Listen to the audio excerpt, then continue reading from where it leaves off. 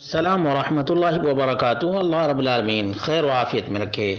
سوال بڑا ہی اہم ہے فیملی کے لیے، سماج اور معاشرے کے لیے۔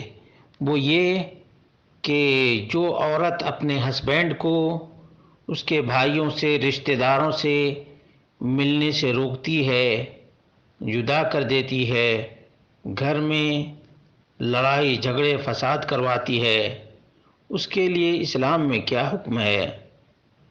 اس کی نمازیں، روزے میں، نیک کام، نیک عبادت کس کام کے؟ شریعت کیا کہتی ہے؟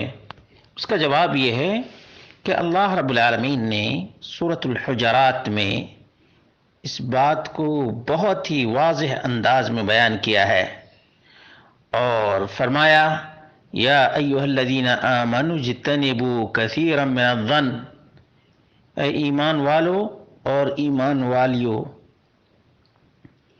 بکثرت بدگمانی سے بچو، ان بعض الظن اثم، بعض بدگمانی گناہ ہے، اور مومنوں ولا تجسسوا، جاسوسی نہ کرو، کسی کے ٹوہ میں مت پڑو، ولا یغتب بعضکم بعضا، اور تم میں سے کوئی دوسرے کی غیبت نہ کرے، ایحب احدکم ان یأکل لحم اخیہ میتا فکرہتموہ، کیا تم میں سے کوئی اپنے مردہ بھائی کا گوشت کھانا پسند کرے گا؟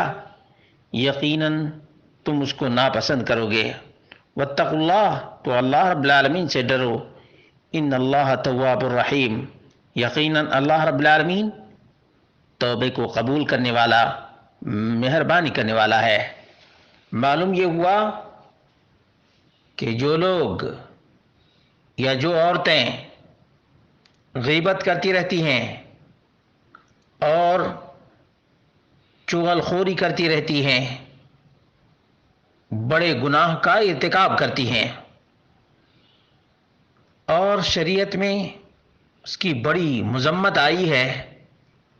اللہ کے حبیب صلی اللہ علیہ وسلم نے فرمایا اتدرون ما الغیبہ، تم لوگ جانتے ہو کہ غیبت کیا ہے؟ قالوا اللہ ورسولہ اعلم، صحابہ نے کہا اللہ اور اس کے رسول زیادہ بہتر جانتے ہیں۔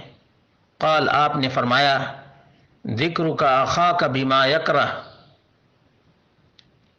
تم اپنے بھائی کے بارے میں وہ بات کہو یا تم اپنی بہن کے بارے میں وہ بات کہو جو ناگوار گزرے۔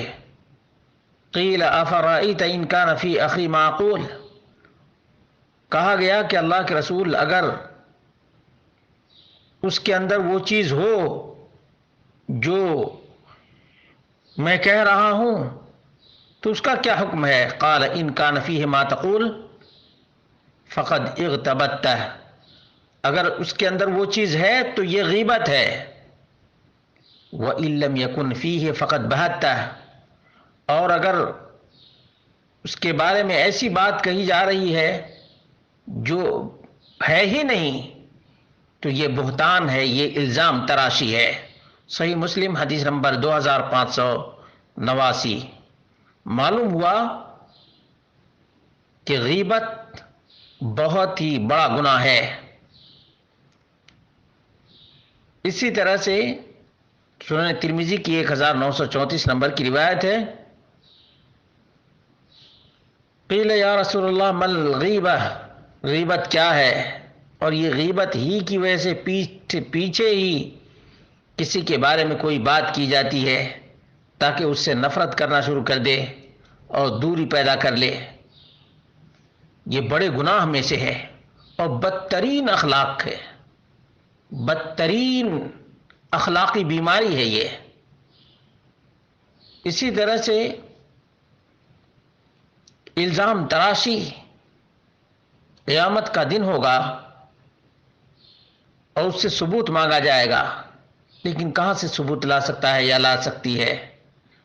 اس لیے جو لوگ اس بیماری کا شکار ہیں، دوسروں کے پیچھے پڑے رہتے ہیں، یا عورتیں لگائی بجھائی میں لگی رہتی ہیں، یقیناً قبر میں بھی عذاب ہوگا اور قیامت کے دن جہنم کا بھی عذاب ہوگا، اس لیے کہ اللہ کے رسول صلی اللہ علیہ وسلم نے فرمایا کہ ایک آدمی کو قبر میں اس وجہ سے عذاب ہو رہا ہے کہ یہ چغل خوری کیا کرتا تھا۔ چغل خوری اتنا بڑا گناہ، اس لیے اللہ رب العالمین سے تمام کو ڈرنا چاہیے اور میل محبت سے رہنا چاہیے۔ اگر دو بھائیوں کو ملا نہیں سکتے تو کم سے کم جدا تو نہ کریں، اگر قریب نہیں کر سکتے تو دور تو نہ کریں۔ شیطانیت ہے یہ، بھائی کو بھائی سے جدا کرنا شیطان کا کام ہے۔ گھر میں لڑائی جھگڑے کروانا شیطان کا سب سے بہترین مشغلہ ہے، اس لیے اللہ رب العالمین سے ڈرے۔ چغل خوری، بہتان اور غیبت سے بچیں۔ یہ زبان جس سے لگائی بجھائی کرتے، اس سے اللہ رب العالمین کا ذکر بھی کر سکتے، خیر اور بھلائی کی بات بھی کر سکتے۔ اسی لیے اللہ کے رسول صلی اللہ علیہ وسلم کی تعلیم تھی، من کان یؤمن باللہ والیوم الآخر فلیقل خیرا او لیصمت۔